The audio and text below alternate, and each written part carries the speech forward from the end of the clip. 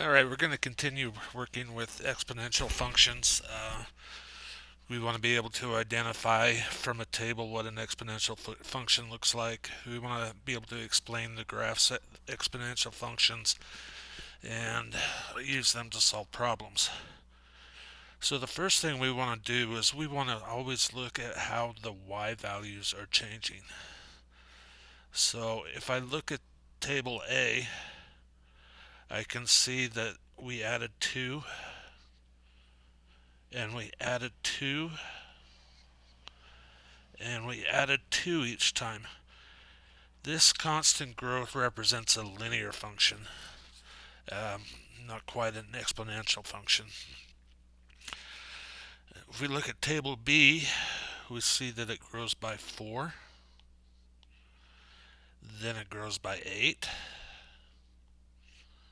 and then it grows by 16. But what we really have is that we're multiplying by 2. So when we multiply, that represents an exponential function. We want to be able to evaluate exponential functions. So again, we're going to use the calculator. We're going to use this key right here is going to be our exponent key. So we can use any exponent. So to evaluate the first function, we would type in -2. And again, back. Negative key is down on the bottom, so we have -2. Then we can do our parenthesis, our 5, our close parenthesis, and then we're going to touch the key that looks like a rooftop and put 3 and an equal, and we're going to get -250 for an answer. Doing the same thing with the -2 now as the exponent. We would type in the same keystrokes. We would have 3.5 in parentheses, again that key, and then -2, and our answer here would be 12. The negative exponent makes a fraction. It's not going to be a negative number. Okay, going on, key is down on the bottom. The red graph here is just y equals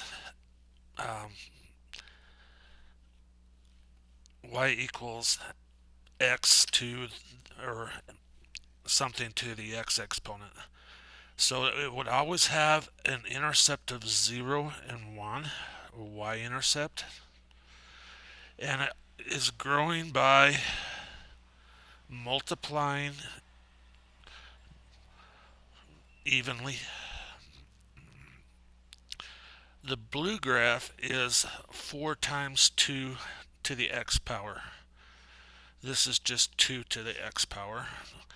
So when we multiply by 4, we actually change our intercept to that number. So whatever is in front, the term a is going to be our y-intercept when we look at graphs of exponential functions.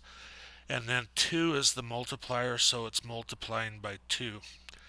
You'll notice in the graphic here that if our number, our multiplier, is less than 1, that the graph will come down and to the right. If our multiplier is greater than 1, the graph will go up and grow to the right.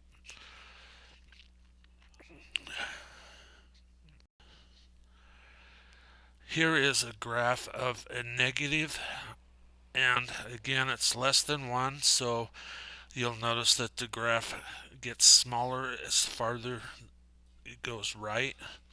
You'll also notice that it doesn't cross the line y equals 0. That is called an asymptote, where y equals 0 is a line that the graph will approach but not cross. Finally, if you do some other things, things will move. So by adding 2 at the end, this graph shifted up. And by having the minus 3 in the exponent, it moved to the right 3 units. So anything like that is going to change.